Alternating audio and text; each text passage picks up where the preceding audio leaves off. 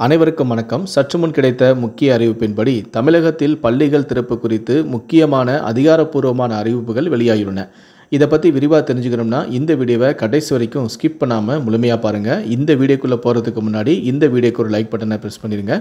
நீங்கள் இதுவரைக்கும் என்னோட சேனலை சப்ஸ்கிரைப் பண்ணாமல் இருந்தீங்கன்னா மறக்காமல் சப்ஸ்கிரைப் பண்ணிக்கோங்க. கூடவே அந்த பெல் சிம்பிளையும் மறக்காமல் கிளிக் பண்ணிக்கோங்க. சரி, வாங்க இப்போது வீடியோக்குள்ளே போகலாம். தமிழகத்தில் பள்ளிகள் திறப்பு குறித்து முக்கியமான அதிகாரப்பூர்வமான அறிவிப்புகள் வெளியாகியுள்ளன.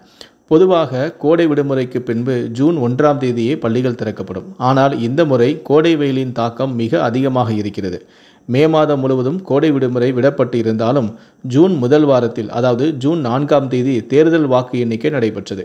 அதிலும் ஆசிரியர்கள் ஈடுபட்டதால் பள்ளிகள் திறப்பு தேதியும் ஒத்திவைக்கப்பட்டது.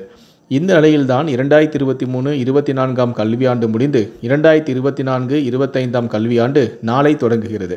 இதையடுத்து தமிழகத்தில் நாளை பள்ளிகள் திறக்கப்படவும் உள்ளது. மேலும் 2024-25ஆம் கல்வியாண்டுக்கான நாள்காட்டியையும் பள்ளிக்கல்வித்துறை வெளியிட்டுள்ளது. பள்ளிகள் திறக்கப்படும் திங்கட்கிழமை அன்று அரசு உதவி பெறும் பள்ளிகளில் படிக்கும் மாணவ மாணவிகளுக்கு விலையில்லா புத்தகங்கள், நோட் புத்தகங்கள் ஆகியவையும் வழங்கப்பட இருக்கின்றன.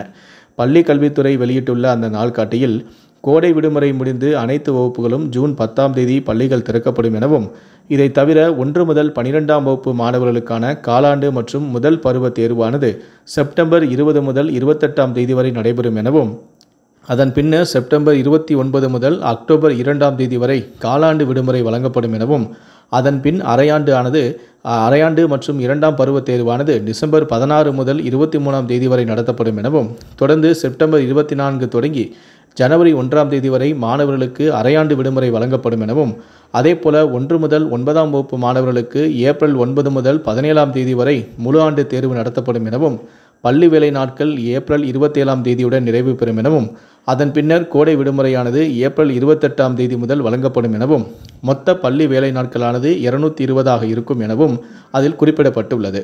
ஆனால் அதில் 10, 11, 12ஆம் வகுப்புகளுக்கான பொதுத் தேர்வு குறித்து எந்த அறிவிப்பும் அதில் வெளியிடவில்லை.